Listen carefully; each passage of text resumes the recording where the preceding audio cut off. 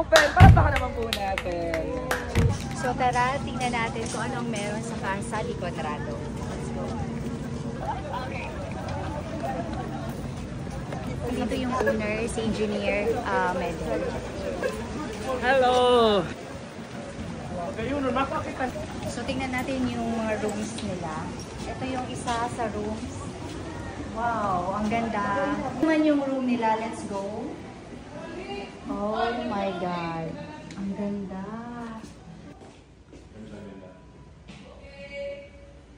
Iba?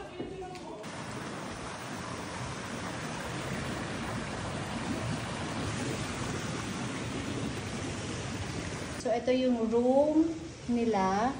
Room, hello. Yan, yung dalawang room. Merong dining area, merong rep, may hugasan din, tsaka may sala. And yan yung master's bedroom. Ang CR.